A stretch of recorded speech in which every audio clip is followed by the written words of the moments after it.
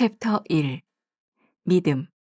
보이지 않아도 흔들림 없는 길. 믿음의 장애물. 야고보서 4장 10절. 주 앞에서 낮추라. 그리하면 주께서 너희를 높이시리라. 믿음을 가로막는 가장 큰 장애물은 교만입니다. 인생 항해에 있어서 가장 중요한 일 중 하나는 장애물을 제대로 파악하고 제거하는 일입니다. 교만은 하나님을 인정하지 않는 것입니다.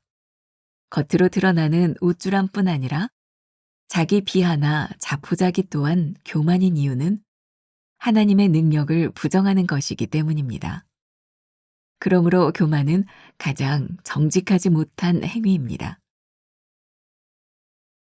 정직하게 자신을 바라봄으로써 교만을 물리치십시오. 하나님은 우리를 있는 모습 그대로 만나기를 원하십니다. 완벽함보다 진실함을 원하시기에 우리가 자신의 연약함을 인정하고 드러낼 때 하나님이 은혜로 덮어주십니다. 하나님은 스스로 높아지려는 자를 꺾으시고 정직하게 낮아지는 자를 높이시는 분입니다. 참된 믿음의 항해는 거울 앞에 선 듯 자신을 있는 그대로 바라보는 용기에서부터 시작됩니다. 자기 과신은 눈을 감은 채로 다리를 건너는 것만큼이나 위험합니다. 교만이 눈을 가리면 아무리 자신 있게 걸어도 낭떠러지로 떨어지기 마련입니다. 자기 과신이 깨질 때 얼마나 당황스러울까요? 그러나 이 또한 감사한 것은 그때야 비로소 하나님을 바라보게 되기 때문입니다. 내 생각과 마음대로 밀어붙인다고 꿈이 이루어지진 않습니다. 예수님의 꿈이 나의 꿈이 되고 예수님의 말씀이 나의 눈이 될 때 만선의 꿈이 이루어질 것입니다. 하나님 앞에서 정직하게 자신을 낮춥니까? 내 연약함과 부족함을 부끄러워하지 않고 하나님 앞에 고백합니까? 나의 약점을 덮으시는 하나님의 은혜를 경험한 적이 있습니까? 오늘은 20번째 말씀 묵상입니다. 믿음의 장애물에 대한 말씀을 함께 나누어 보겠습니다. 아마 하나님을 믿는 우리들에게 꿈이 있다면 믿음을 가지는 거겠죠. 또 우리는 이런 표현을 참 좋아합니다. 큰 믿음. 믿음이 좋군요. 하나님을 믿는 사람들에게 이 믿음에 대한 꿈을 가지는 것은 전혀 이상할 것도 나쁜 것도 아닙니다. 문제는 믿음의 장애가 되는 것을 우리들이 믿음으로 착각하고 있는 것은 아닐까. 오늘 우리가 읽은 본문 말씀에도 주 앞에서 낮추라. 그리하면 주께서 너희를 높이시리라. 이렇게 말씀을 하고 있죠. 근데 우리는 나를 낮추려고 하는 것보다는 먼저 내가 높아지려고 하는 그런 마음들이 있는 것 같아요. 나를 낮추면 믿음이 생기는데 나를 자꾸 높이려고 하면 우리는 하나님과 점점점 멀어지게 되죠. 참 신기하죠. 나는 이 정도면 됐다고 생각하는데 그 순간부터 우리의 믿음이 바닥을 향해 가고 있으니까요. 가끔 저에게 상담을 요청하는 사람들이 있습니다. 정말 상담하기 힘든 사람이 어떤 사람이냐면 핵심을 이야기하지 않고 빙빙 돌리는 사람입니다. 제가 참지 못하고 이렇게 이야기할 때가 있어요. 네, 거기까지 됐고요. 근데 핵심이 뭔지 이야기를 해주세요. 핵심을 이야기한다고 하는 것은 어쩌면 자신의 부끄러움을 드러내야 되는 그런 순간일지 모릅니다. 상담을 해야 되는 건 아는데 내 부끄러움을 드러내기가 힘든 거죠. 근데 믿음은 언제 생기는가? 하나님 앞에서 우리의 모든 것들을 다 드러낼 때 그때 우리들에게 믿음이 생겨요. 믿음은 우리들 스스로 문제를 해결할 수 있는 것이 아니라 우리의 신념이 아니라 하나님을 의지할 때 생기는 것이 믿음이죠. 왜 나를 높이는 사람이 믿음이 떨어지는가? 내가 스스로 높인다고 하는 것, 그 교만이라고 하는 것은 하나님 없이도 할 수 있다고 하는 생각이 교만이기 때문에 그래요. 그 믿음이 있는 사람은 늘 입술에 이런 말이 끊이지 않죠. 하나님 도와주세요. 오늘 이 아침에 말씀을 나누고 있는 여러분들에게 여러분들 마음 깊은 곳에서 이런 고백이 있다면 괜찮아요. 하나님, 절 도와주세요. 그때 우리들의 믿음이 시작되는 거예요. 여러분들 책 첫 번째 문장이 그렇게 시작하고 있어요. 믿음을 가로막는 가장 큰 장애물은 교만입니다. 우리들에게 교만이 찾아오면 하나님을 인정하려고 하지 않아요. 절대로 하나님께 도우심을 구하지 않습니다. 왜? 이건 내가 할 수 있으니까. 언제부터인가 여러분들의 기도와 여러분들의 삶에서 하나님께 도움을 요청하지 않는 상태가 되었다면 교만해졌다. 이렇게 생각하면 옳을 것 같아요. 또 하나의 교만이 있죠. 자기를 비하하는 것도 교만입니다. 나는 아무것도 할 수 없어요. 겸손해 보이지만 이 자기 비하는 하나님이 우리를 부르실 때도 믿음으로 응답하지 못하게 하는 겁니다. 험불한 마음 괜찮습니다. 근데 믿음은 뭔지 아세요? 내가 이렇게 부족하지만 하나님이 함께 하시면 할 수 있습니다. 이게 믿음이죠. 오늘 여러분들에게 두 가지가 다 필요한 것 같아요. 언제부터인가 내가 교만해져서 하나님이 필요 없다라고 생각했다면 내가 얼마나 교만한지를 깨닫는 것이고, 언제부터인가 내가 자기 비하에 빠져서 나는 아무것도 할 수 없는 존재입니다 라고 생각하는 것도 교만의 일종이다. 하나님, 저를 도와주세요. 하나님이 함께 하시면 제가 감당할 수 있습니다. 이게 믿음이라고 하는 것. 그러니까 여러분들이 믿음의 장애물을 제거해야 돼요. 교만과 자기 비하. 두 번째 문장을 보겠습니다. 정직하게 자신을 바라봄으로써 교만을 물리치십시오. 참 쉬운 말인데 어려워요. 정직하게 자기를 본다고 하는 것. 제가 개인적으로 참 좋아하는 말, 제 삶에 이렇게 늘 이렇게 적용하려고 노력하는 게 있어요.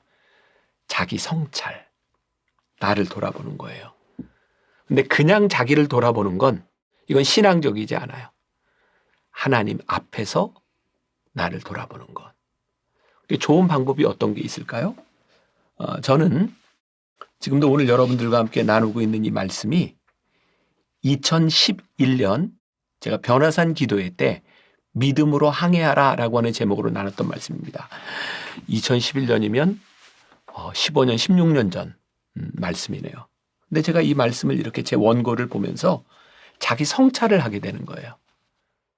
왜냐하면 이때 제가 이런 마음이었구나. 이때는 제가 지금보다 훨씬 더 험불했던 것 같아요. 저를 알아봐주는 사람도 별로 없었고 2011년과 지금을 비교한다면 그때는 유튜브도 없었어요. 제가 지금 유튜브 구독자도 꽤 많은 사람이에요. 뭐 비교할 수가 없어요. 그런데 제 믿음이 지금보다 그때가 훨씬 좋았어요.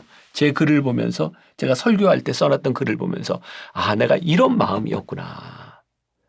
저는 요즘 제일 즐기는 것 중에 하나가 제 옛날 설교 원고를 보는 거예요. 그때 그 마음.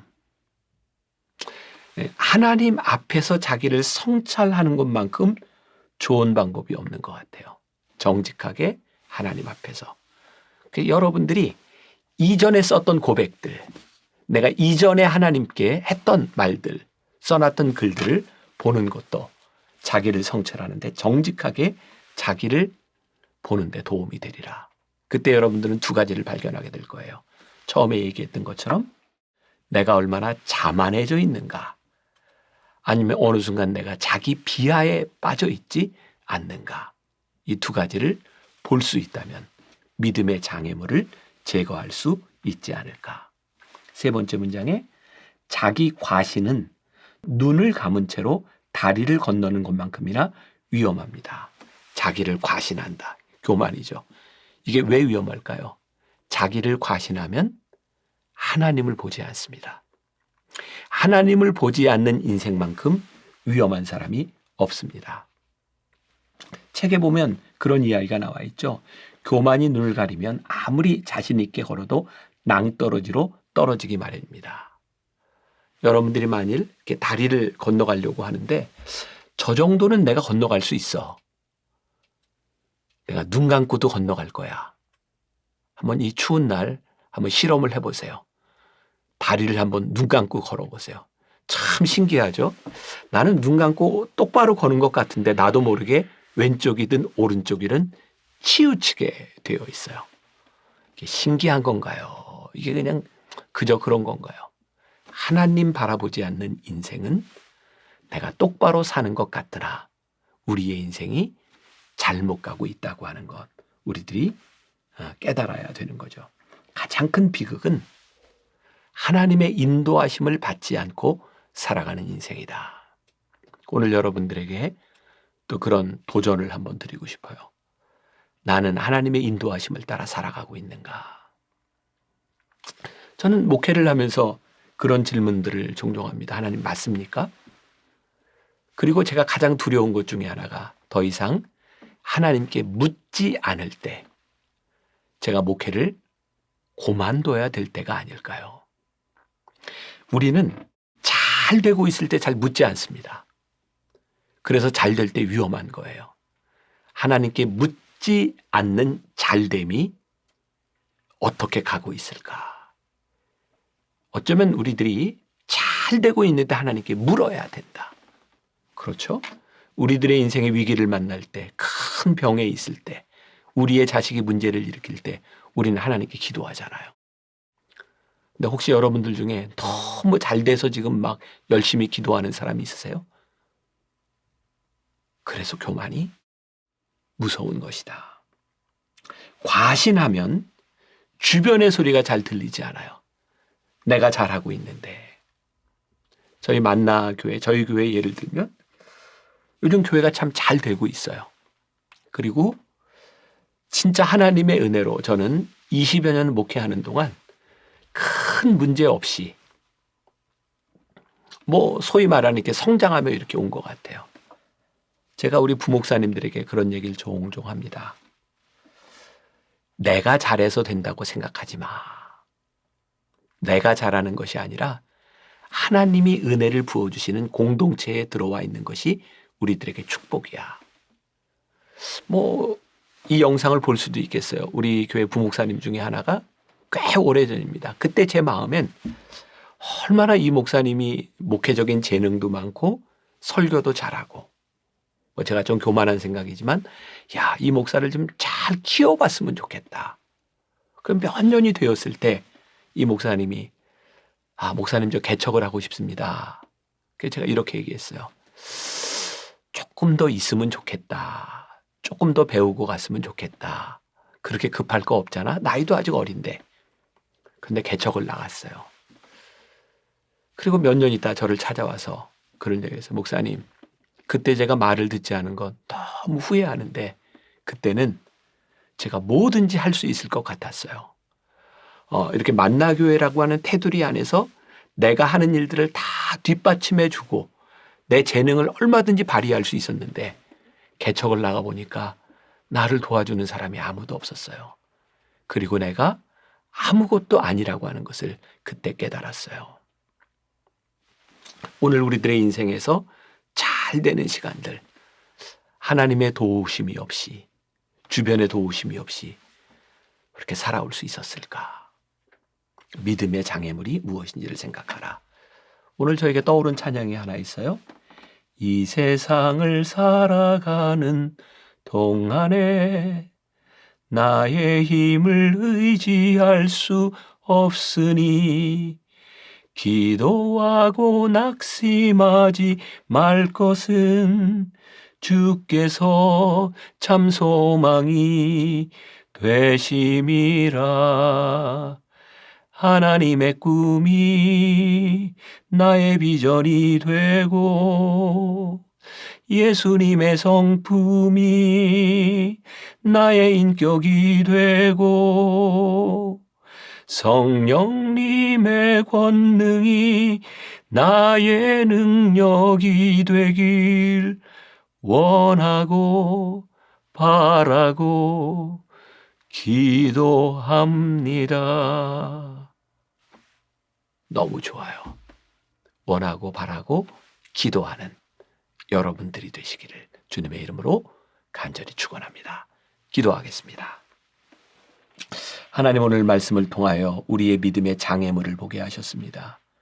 혹시 교만하지 않은지, 자기를 비하하고 있는 것은 아닌지, 우리들이 너무 큰 확신 가운데 하나님을 바라보지 못하고 사는 인생은 아는지, 오늘 다시 한번 겸손하게 원하고 바라고 기도하는 삶이 되게 하여 주옵소서.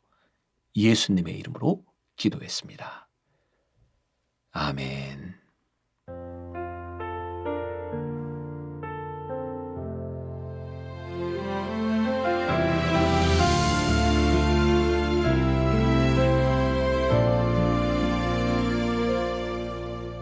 메마른 영혼을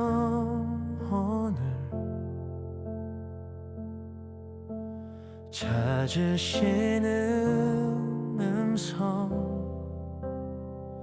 따스한 숨결로 시선으로 내 이름을 부르시네. 시린 세상 속에 홀로 서 있던 나, 비로소 느끼네. 그의 손이 항상 나를 붙드셨네. 보이지 않는 손, 날 이끄시는 힘, 전능자의 능력, 하나님의 손길. 내 능력이 아닌 오직 하나님의 능력, 그의 손으로